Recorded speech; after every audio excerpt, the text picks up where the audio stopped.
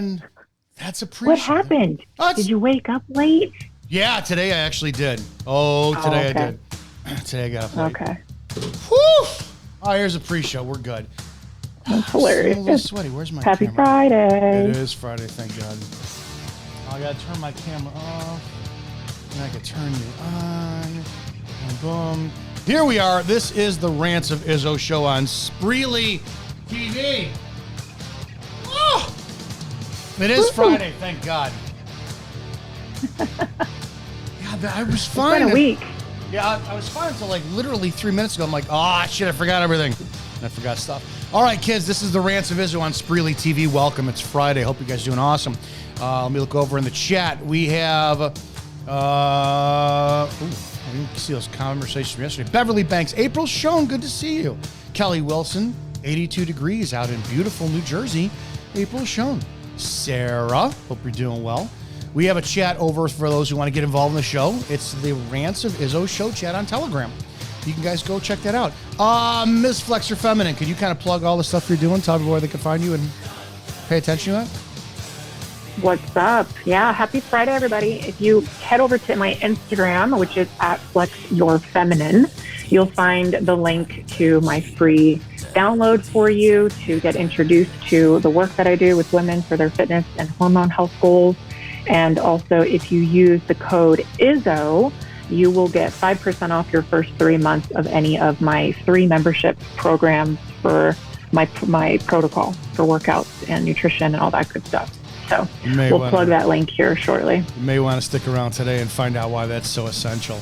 Yeah, we're going to get into it today. All right, you guys can support the network. This is a free speech network. And I know a lot of you, it's kind of like the Truman Show. If you ever watched that, the very end of the Truman Show, after watching them for 30 years online, people just go, oh, let's see what else is on. And I get that. So what we try to do is we absolutely want to earn your loyalty, earn your patriotism, earn your patronism. So you go to Spreely.com, and that's speak freely. It's a compound word. Check out the social media site there. I haven't been on in like 2 days. I'm normally on there every day, a couple times a day. The other shows like the Evening Rants, Report and Opine, the Berm Pit Podcast, Shannon Joy's show, The Dumb Show. There's a ton of people on there that are Pete Santilli, for the love of whatever, Big Mike, who might be running. You never know. Oh, Big my God. Penis, dude, right? You know, it's how it is. All right, we're going to have a show here on the Rants of Izzo. Welcome to Friday.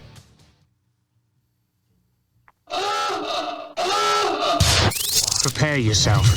The opinions of the host and guests on this show are exclusively just that, opinions. That means that they shouldn't be the cause of your state of being offended. Why does everybody get so butthurt? Okay, let's go. Ready, go!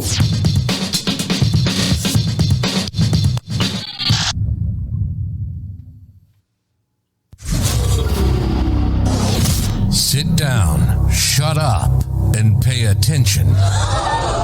Damn! This is the Rants of Izzo Show with your host, Dominic Izzo, from porn to politics.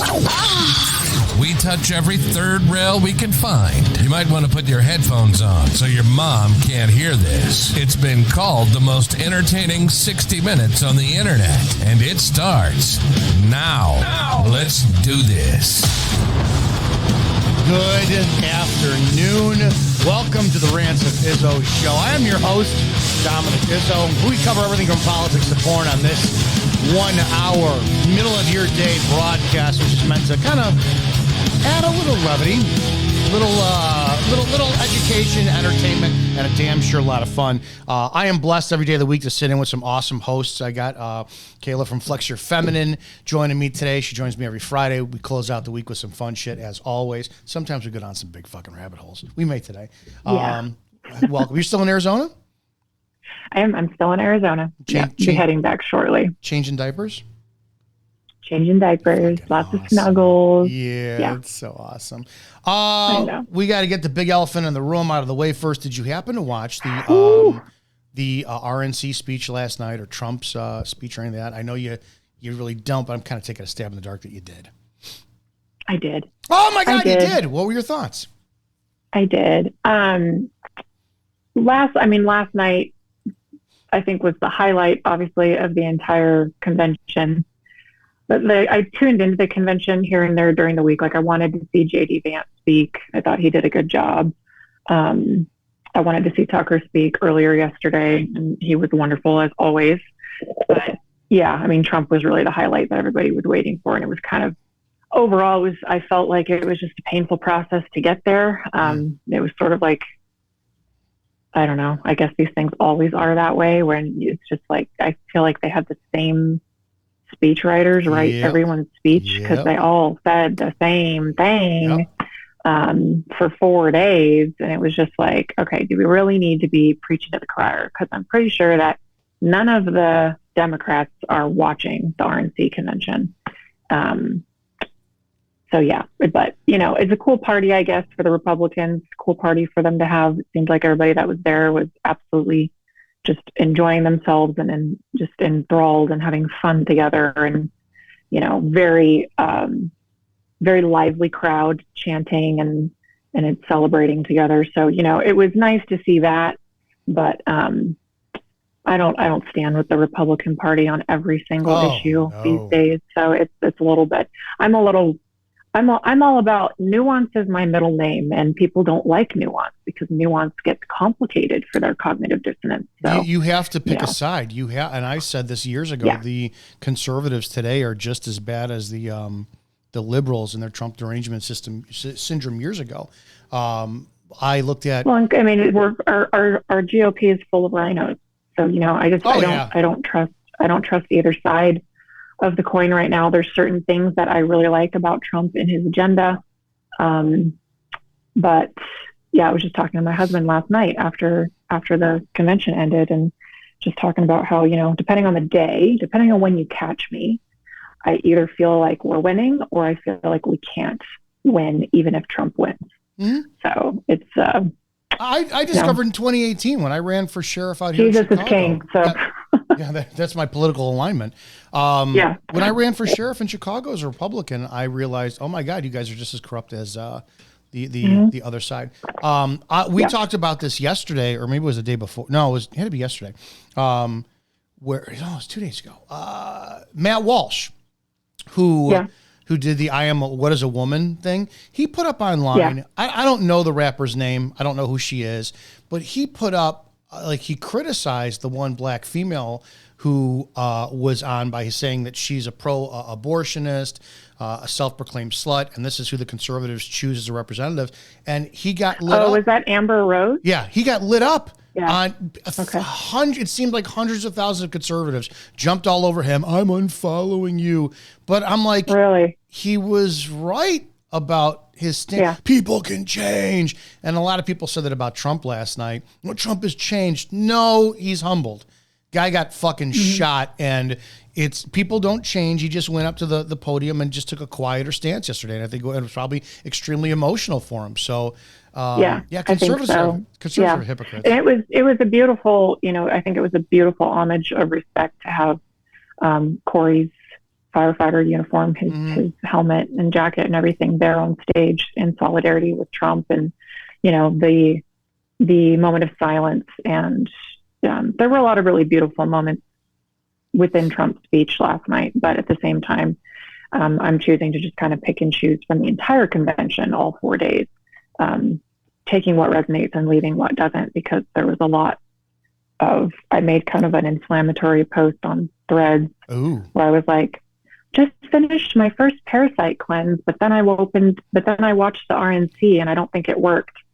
What's wrong? What's wrong with saying that? It's fucking funny. So some people loved it, and some people were like so confused because they're sort of on the side of like, I'm unfollowing you. Shut up. Yeah, like they're on this, and it kills me because these people, they're always the ones that want to come at me privately. They never want to post their opinions publicly in the comment section. So it looks like it's hilarious because it looks like that post was just dead in the water, but I got like over 20 messages from people complaining about it. And it's just hilarious. I'm like, you can't even stand behind your own opinion because you disagree with my opinion. You can't respond to them I love, and we always talk about frequency and vibration here. I love playing in the mud, and I love, for some strange reason, I got blessed with real good fucking comebacks. I'm a counterpuncher. I never throw the first punch, but when somebody comes in my comment section and they always attack me, I'll take a look at whatever I can, and I've got two or three things up on my Instagram where you can check out like my stories that are from the past, and I label them troll interactions, and people love that shit. But the problem is then you get sucked down into that negative energy. And I realized it last night. Like, we're going to talk about something today where a lot of people were throwing my last former profession in my face, talking about, oh, you were a cop. Oh, you got fired. And I'm like, it's been 6 years. And the story's been explained a million fucking times. And I'm like, don't even bother, dude. Don't even fucking bother. Yeah, I got fired. Awesome. Great. There you go. I want to ask, what was your favorite moment from the convention over the last couple of days? Did you have any specific one that stood out? Honestly, I think, and like the girl in me, I loved Melania's entrance last night. Like, it was did she speak? Classy. I didn't hear her speak. Did she speak? No, she didn't speak. Okay. And that was kind of disappointing for a lot of people, because we haven't seen anything from her in a really long time. I think it's her mother that has been having health issues, and so she's been very focused on spending time with her mom.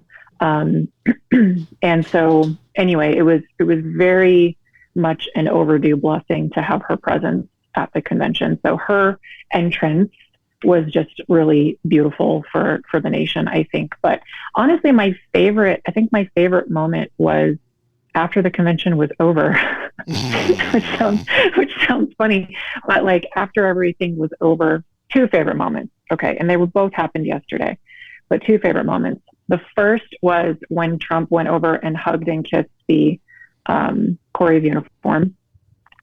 My second favorite moment was when everything was done and the opera music was playing last night, the live performance of, what's his name? Christopher Macchio, I think. Oh, I don't know. The opera singer was, but he was magnificent, and he kind of closed out the convention and sang America the Beautiful, I think, or like an Italian version of that in opera style. And it was just gorgeous. And Trump's whole family was standing on stage, and all the kids were kicking balloons. And it was just like, none of the delegates were leaving. Everyone wanted to just soak in that moment of,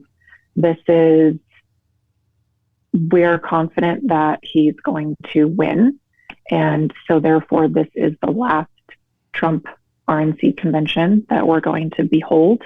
And with the assassination attempt last weekend and everything, like having his family all together, having Melania up there right next to him on stage, and the kids, the grandkids, like it was just very legacy oriented. And I really enjoyed just kind of sitting there and taking that in with the delegates that didn't want to leave.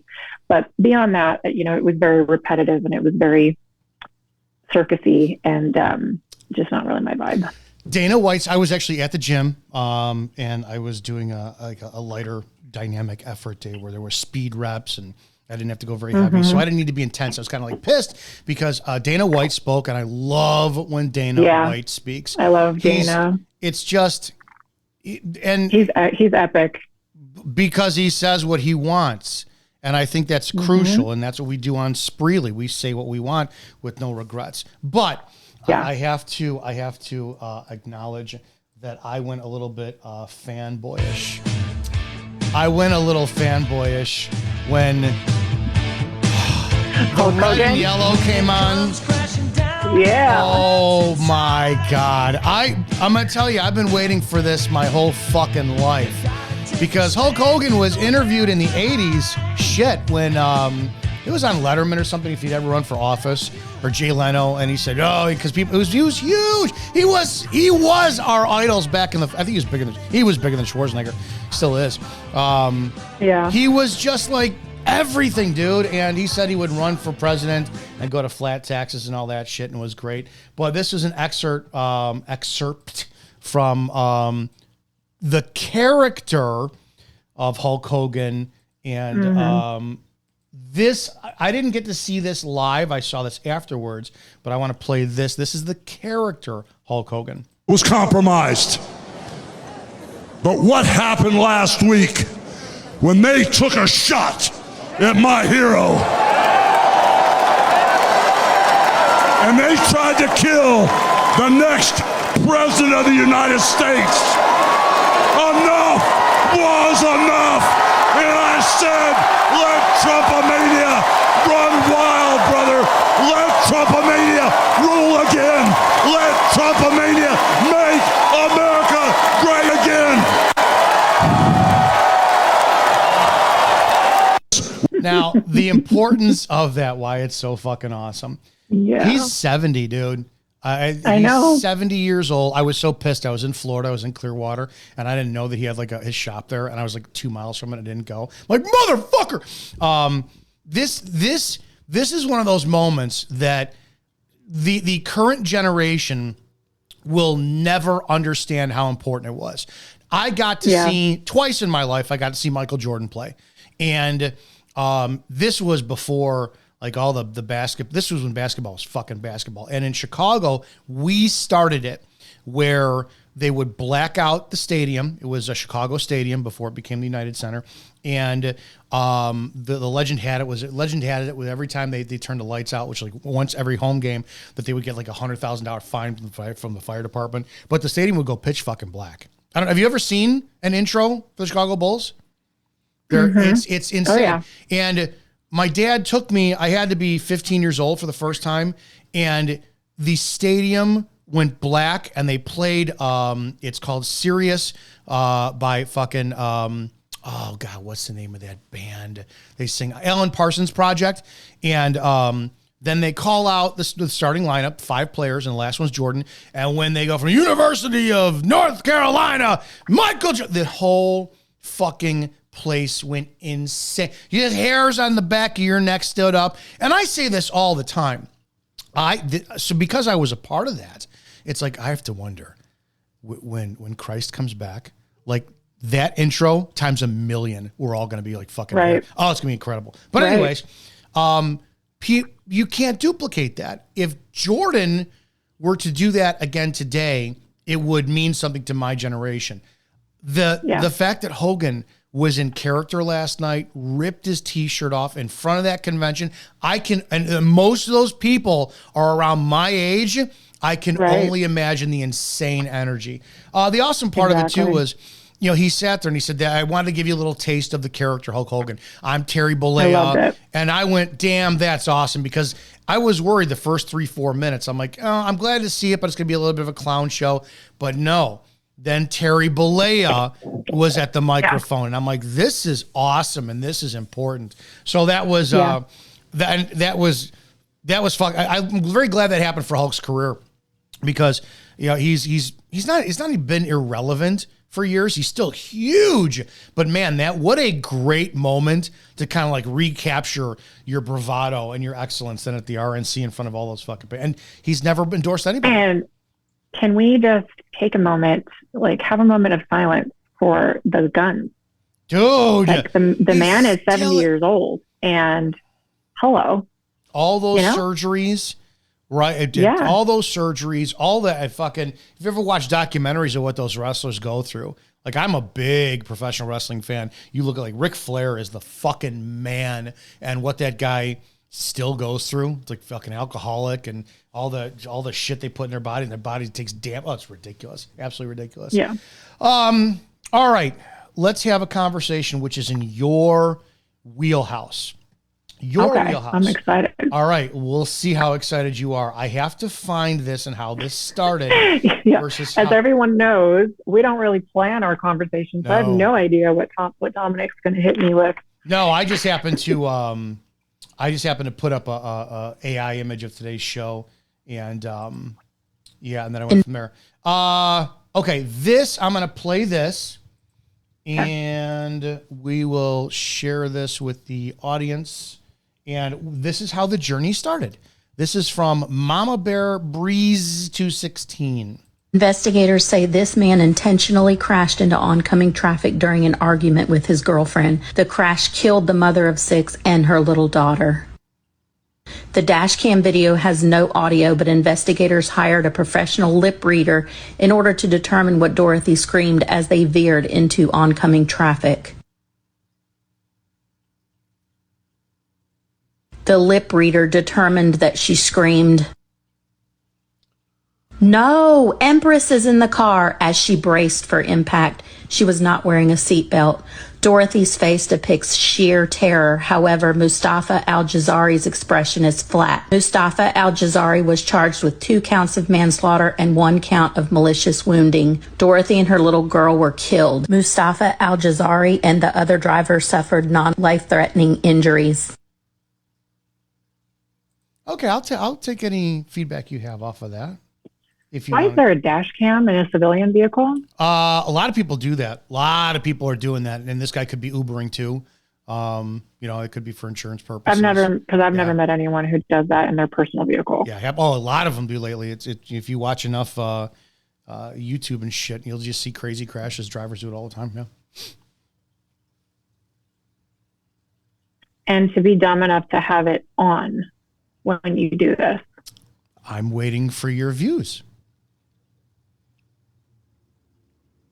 Well, I mean, it's demonic. It's kind of like, I feel like a broken record. It's murder, and murder, killing, hate is from the pit of hell. It's Satan's MO.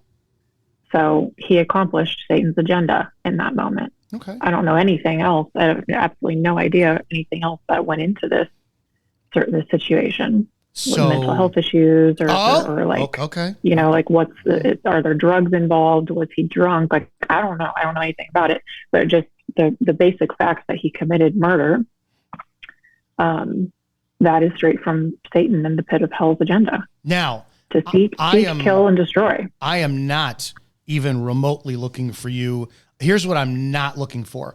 I'm not looking for a debate. I'm not looking for you to agree with me. I'm not looking for you to argue with me. I'm just looking for your opinion. I posted because, and I've said this every time I see something like this, I posted, what did she say to put him over the edge? 23 people liked it. Tons of people were just, Dominic Izzo, there's nothing that could be said to justify he took either one of their lives. There's nothing in this planet that could be said to justify a man literally killing his girlfriend and his kid, as well as with a straight face. That's evil, all this stuff. I didn't respond to any of this stuff because it's an opinion. I don't let it go until this woman decided Vipira. I gotta put up her fucking name here.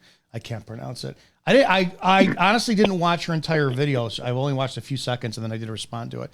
But this is Vipira, 98,000 followers. She decided to tag me in this and do a response video to my question of what did she say to push him over the edge. Now, that's my question. That's my question is what did she say to push him over the edge? I didn't accuse her of doing anything. I literally asked and I'm going to justify this, but this is what her statement was.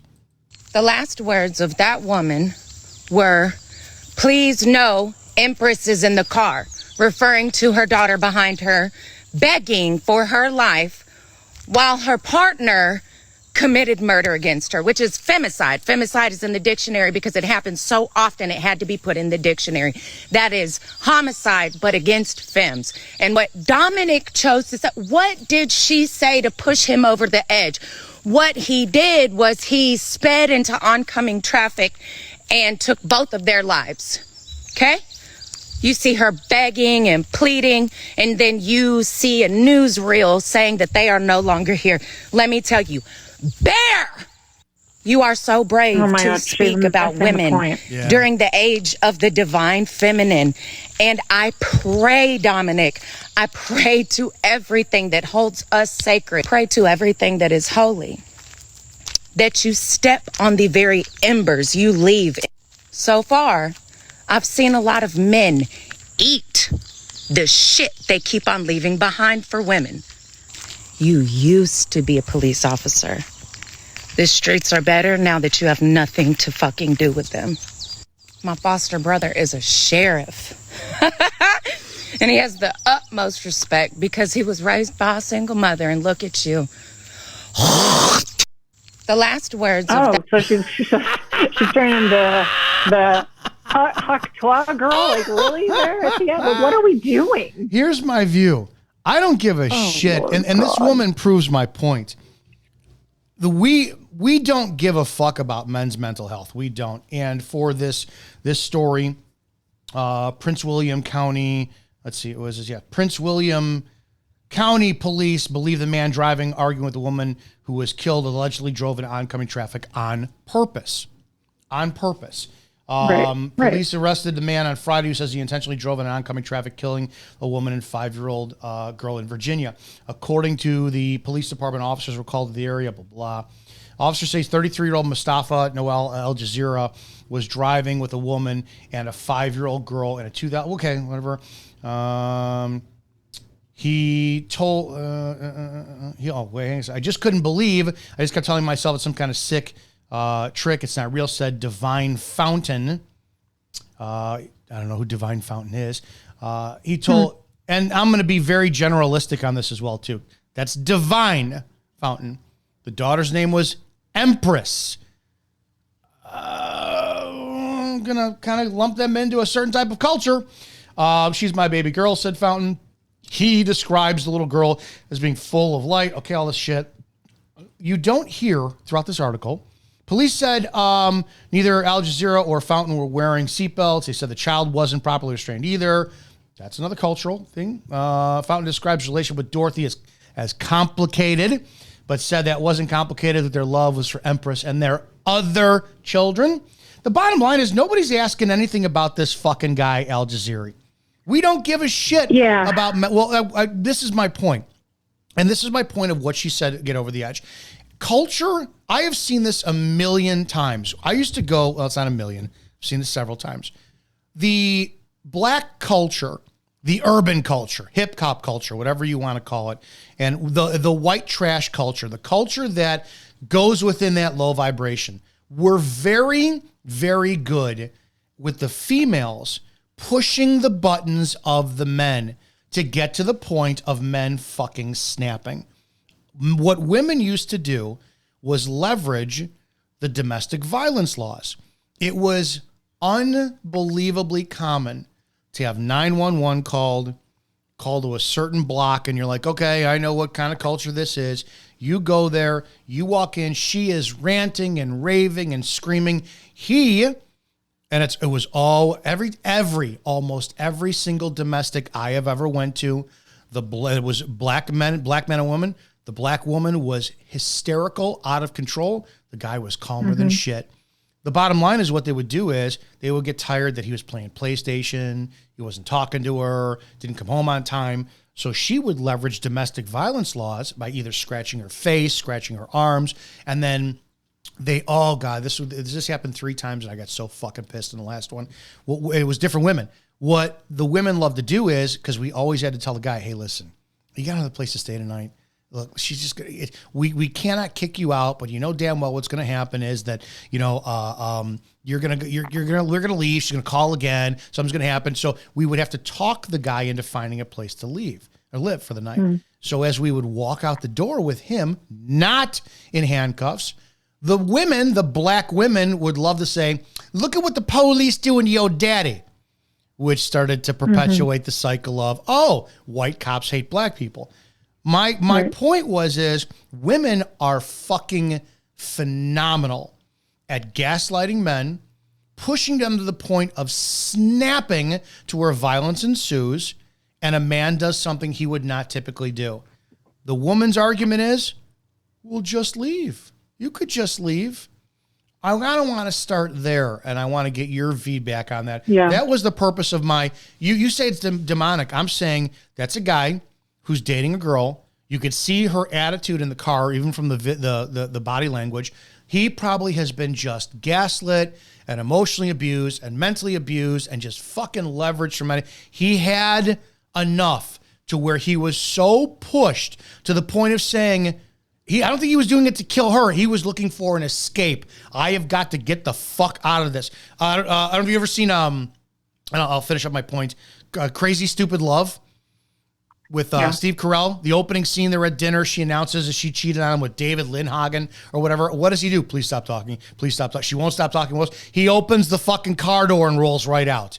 That's what I think happened. Women don't know when to shut the fuck up. They push buttons. This guy wanted to end it all as an escape route. That was my fucking statement. Well, he could have opened the door and shut himself out, but instead he kills his daughter. But so I don't have any, there's no excuse, but there may be an explanation. That's what I'm looking for, right? Yeah. When I look at things like this, it does not excuse his choice was a very bad demonic choice to kill his daughter. The reality of the situation, none of us will probably ever know what he went through, what she went through, what their traumas were that fueled into each other, and the gaslighting and blah blah blah blah blah. The reality is that broken women will break men. For me, broken men will break women.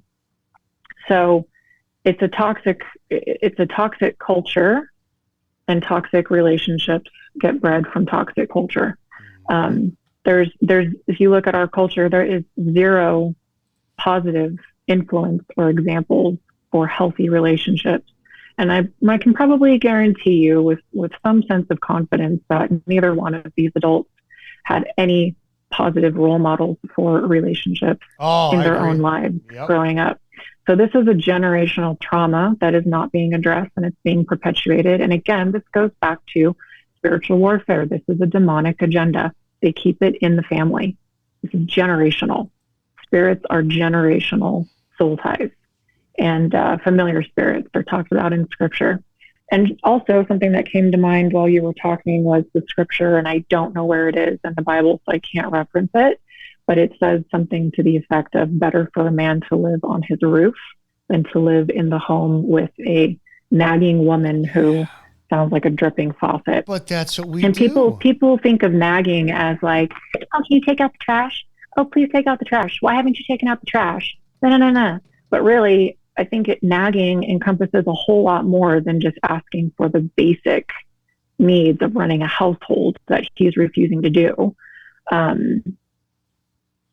It encompasses what we're talking about here, where how much gaslighting, how much mental, emotional abuse was going in both directions, because I can't sit here and pretend like he was probably innocent in this.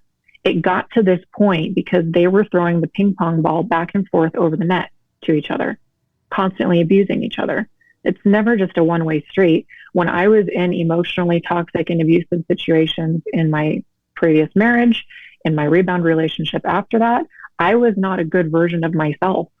And I take full responsibility for that. Was it triggered because of how I was being treated?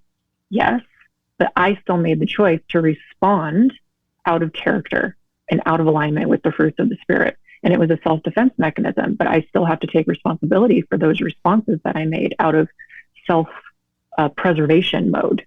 Still my responsibility. It's no one else's responsibility. So his self-preservation mode here was to kill his daughter.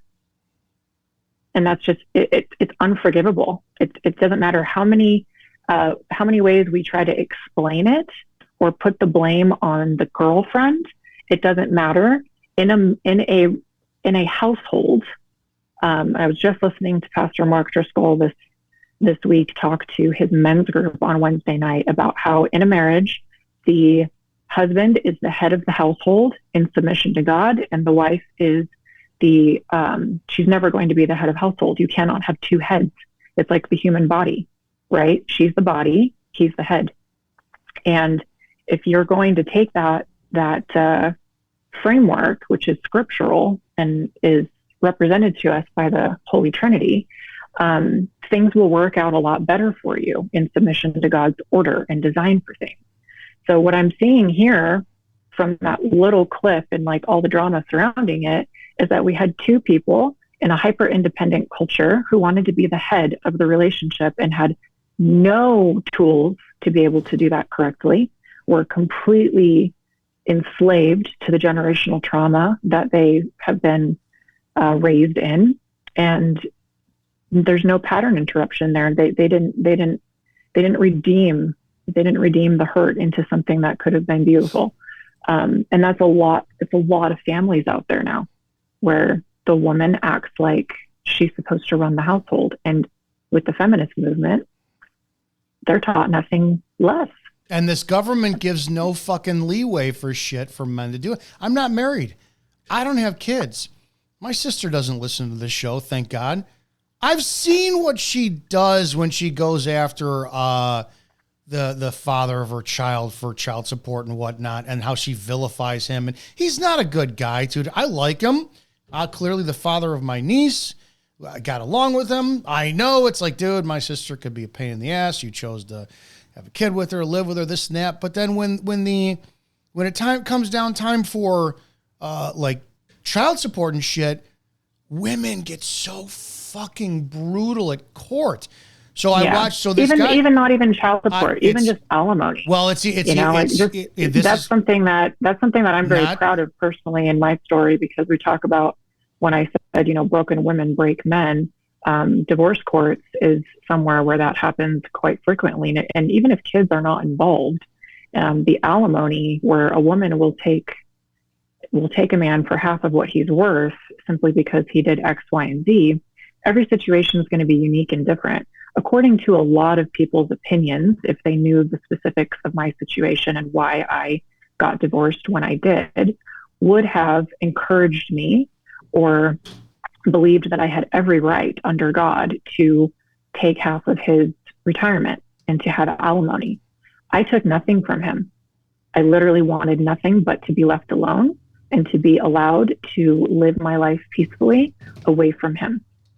So I'm not the normal, because if I would have taken what I was owed according to culture financially, I would have set myself up for a much more comfortable existence being a divorced woman in my early 20s compared to the life that I then lived in my 20s.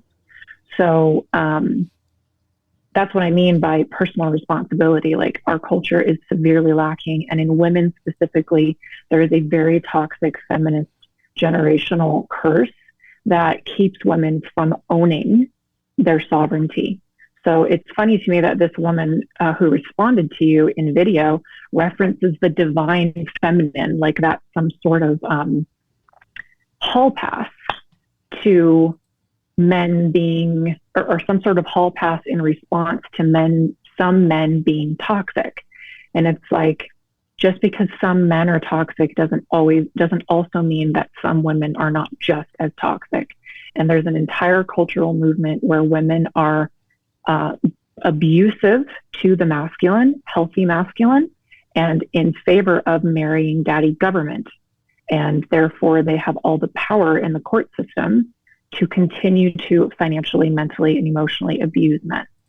And Which they do. And that's where society comes into play, right? You're going, see, feminists would fucking see what I mean to about nuance? Yeah. Sorry. Yeah. Like, No, I don't mind that, because you're giving, I'll listen to it because you're saying something of value, but women will not, the impulsive nature of women, and it is women, and guys are tired of this shit. We don't fucking listen to this anymore. I simply ask a question, because, and the Bible quote was Proverbs 21:19. Better to live in the desert than with a quarrelsome and nagging wife.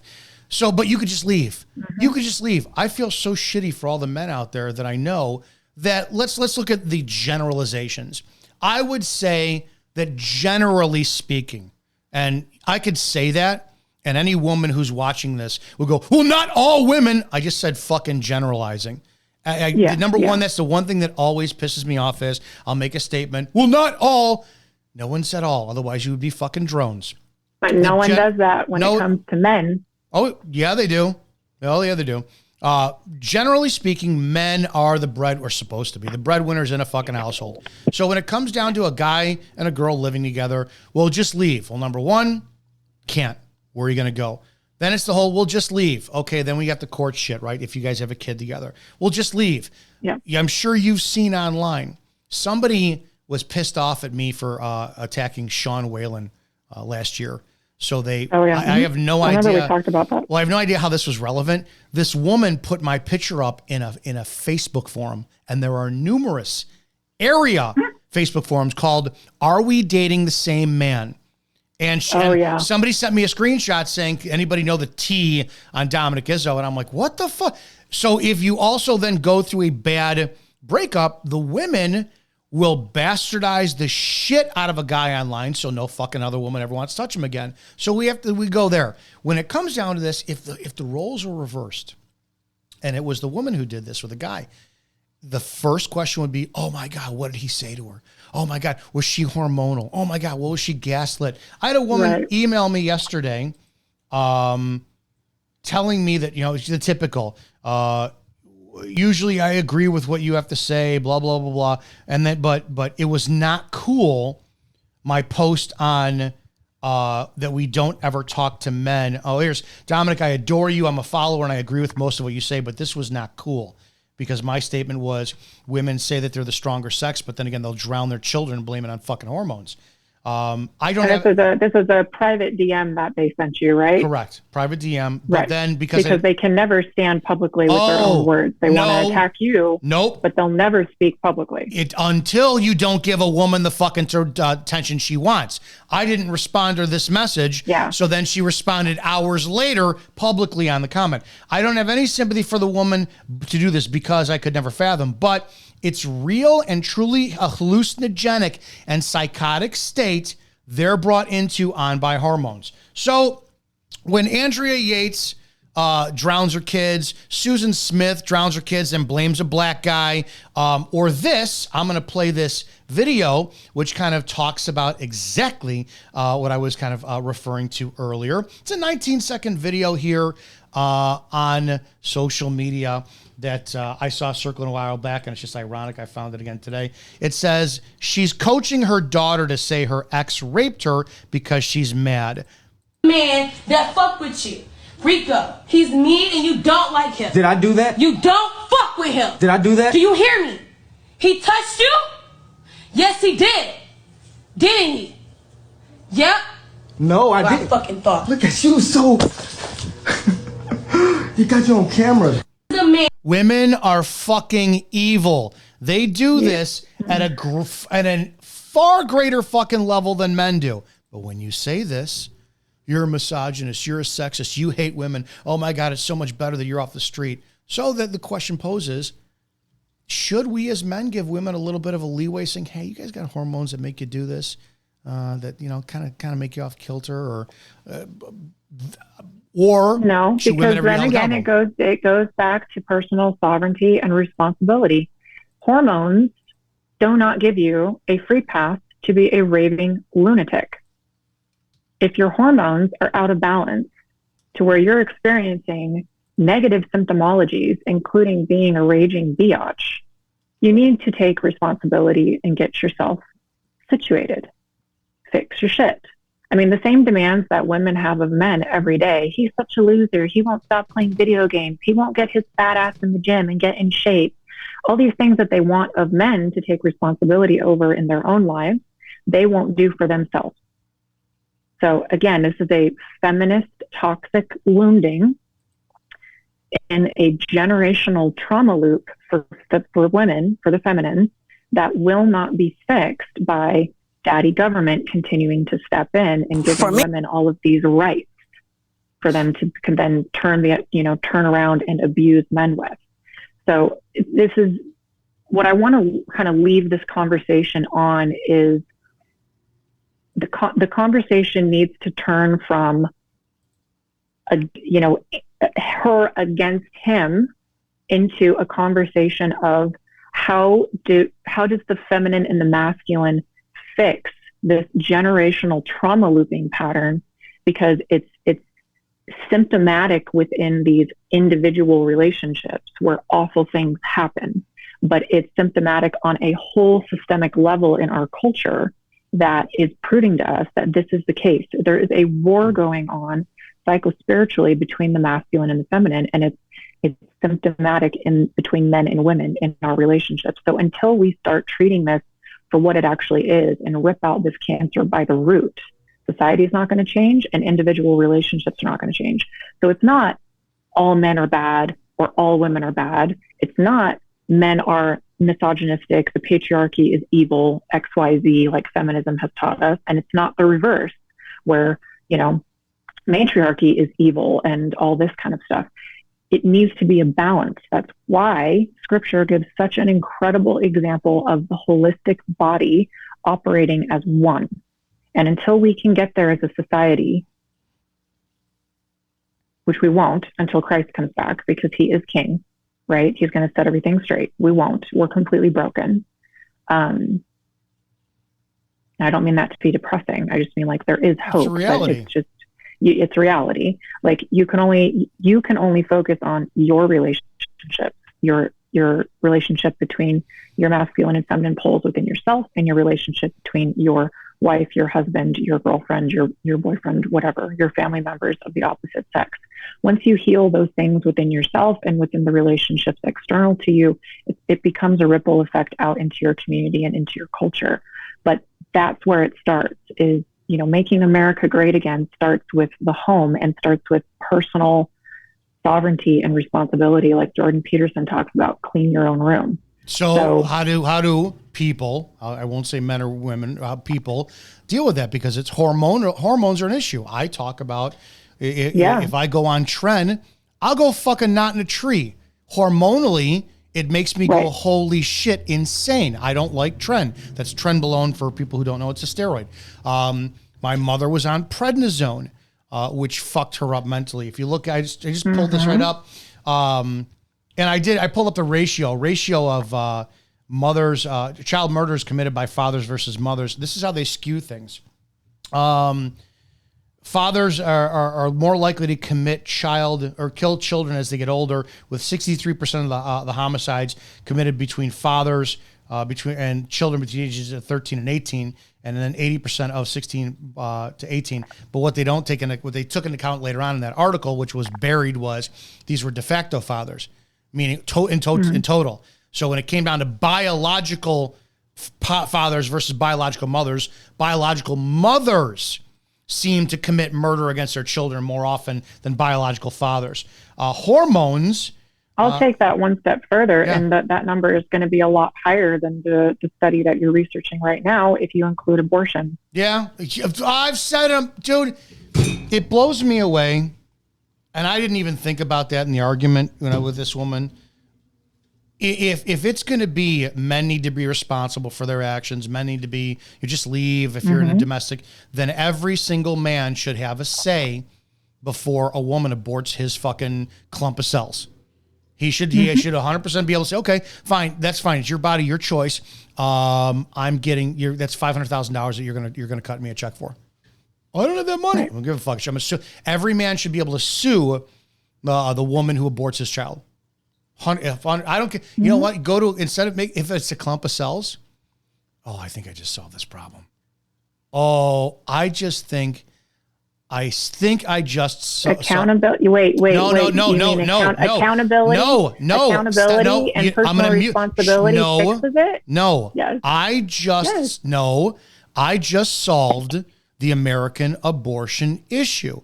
Now we can agree that a clump of cells, just for the sake of argument, isn't a human being, right? Let's go with the leftists' argument. A clump of cells is not a human being. But so that means that's property.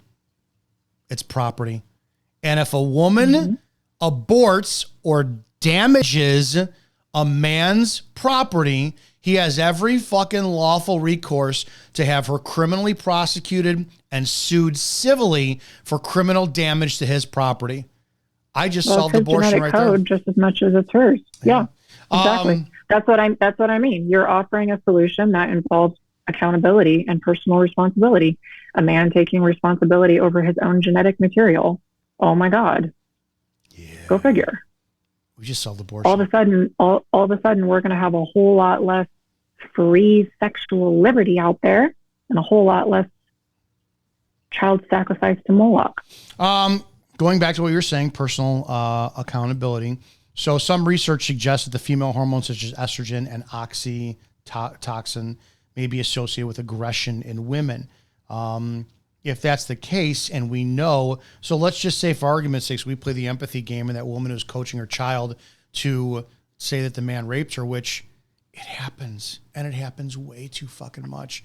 We've seen it all with I don't think I've never heard of a woman being brought to court for an alleged rape case, and then all of a sudden the man says, no, I was just kidding. But we have countless of that. So if let's say this is hormone issues, what do women need to do for their personal accountability to prevent this from happening? Get off hormonal birth control and manipulations around your cycle.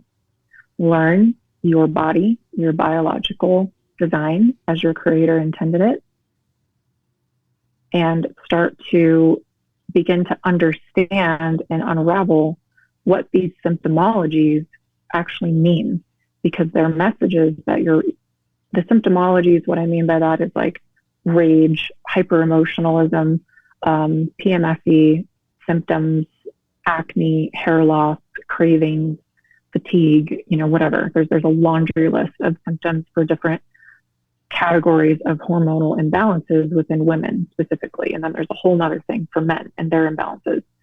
But once you can start to reframe and draw awareness to the reality that whatever your symptoms are that you're experiencing that are bringing about a negative experience in your life, those are messages from your hormone system trying to get your attention. She doesn't speak English, so she's going to speak acne, she's going to speak cramping, she's going to speak rage, she's going to speak crying for no reason, things like this. And once you can put two and two together in that way, then you know what the problem is, and you can start to seek the solution. And the solution is going to be understanding and submitting to, there's another word women don't like, the reality of how you were designed, and stop functioning in a hypermasculine society like a man, because you're turning yourself hormonally male and then wondering why your toxic masculinity is coming out. Women hate you, don't they? Some women do. Yeah. And then a whole lot of women love me because I'm not going to apologize for the reality of what I see. And then the flip side of that coin is that for men, when they are more hormonally female, their toxic feminine comes out. And this is where you see men get super, like, for example, like the rage roid stuff is not even necessarily about the testosterone levels. It's about the estrogen levels that your body is coming up with to try to counterbalance what you're doing with exogenous hormones, which you're introducing to your own system. So like my husband is on TRT. There's an estrogen blocker that he needs to take at a certain interval because his testosterone levels are at such a healthy rate, such a healthy level, that they want to make sure that his estrogen levels don't try to come up and get that counterbalance going in an unhealthy way.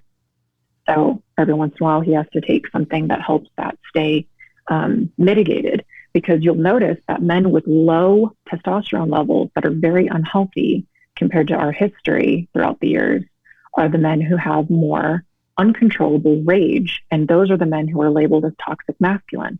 The men with low T, not the men with high T. And the men with low T mean that they are estrogen dominant. They're more hormonally female. So the problem is toxic feminine, not toxic masculine. Let's talk about stoicism, right? Turn the other cheek, male behavior. We talked about this weeks ago when I played the video of Wes Watson on stage, and he was screaming at that one guy who was a beta, and that's what men are insistent on being by women nowadays, which is turn the other cheek and be stoic.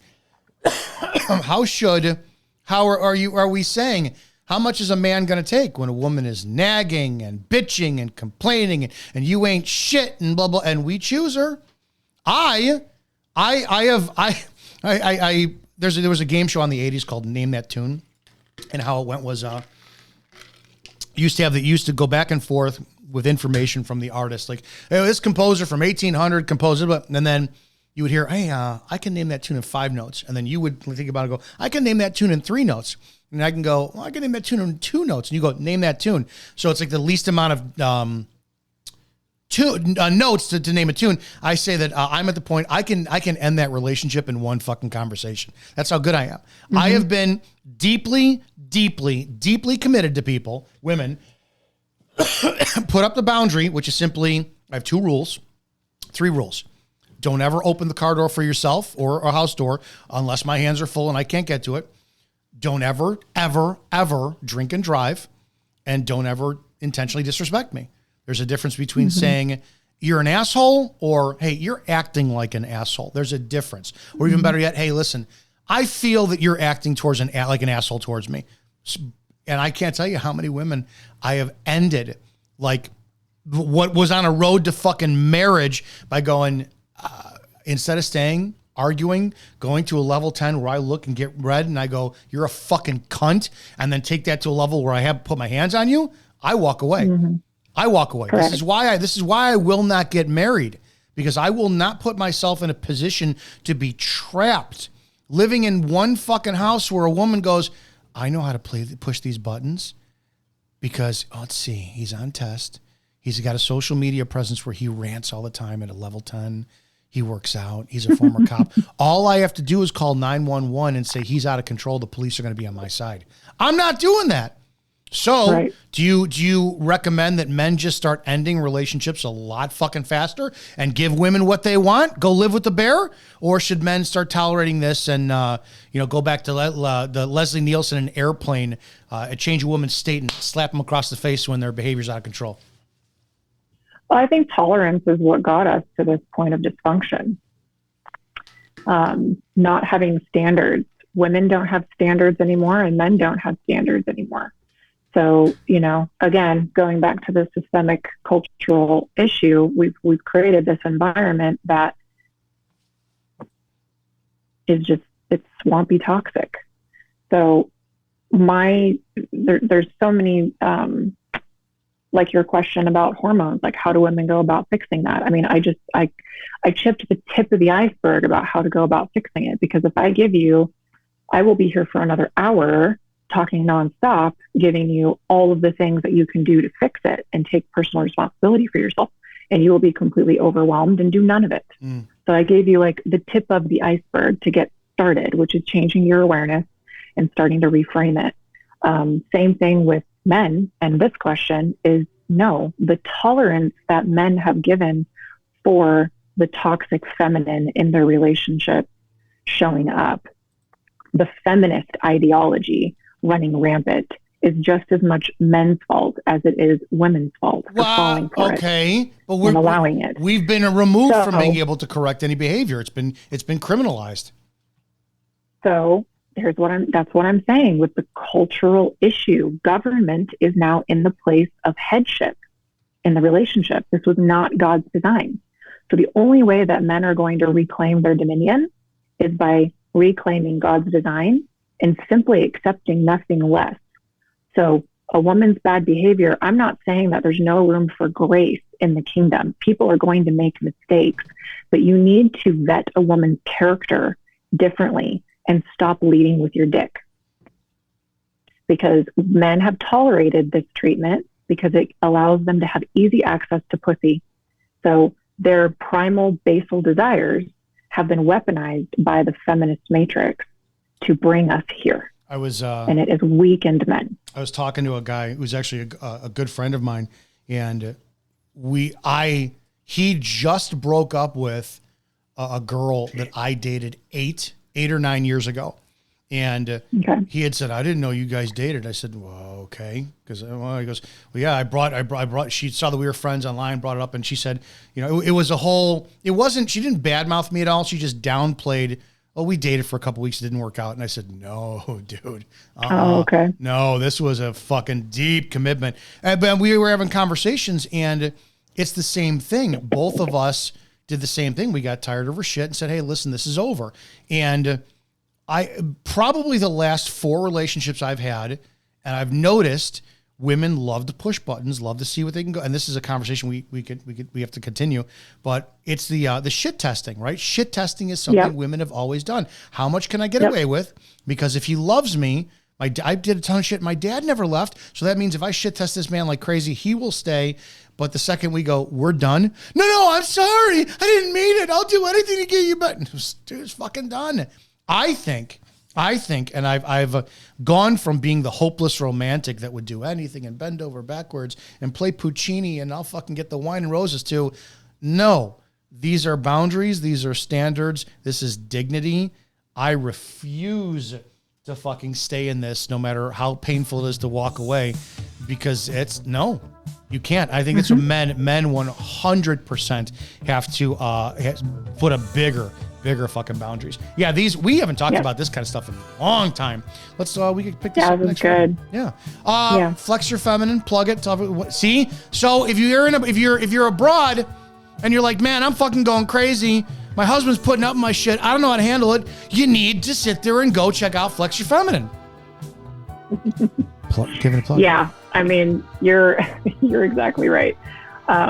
Is what I do, ladies. And it's not sugar and spice and everything nice all the time, as you probably felt with this conversation with Dominic.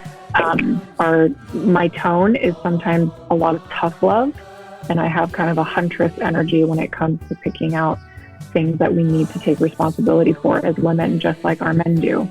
So I'm not the girly girl that's going to tell you what the culture is telling you.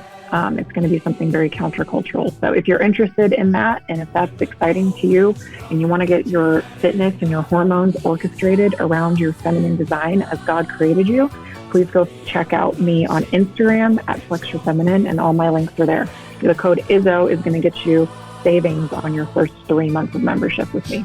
That's fantastic. See, guys, we always offer some good stuff here. Have a great damn weekend. Go check out Spreely.com and all the other shows out there, the social media site and all that great stuff. Go help somebody today, and if you can't help them, just don't hurt them. See you guys on Monday.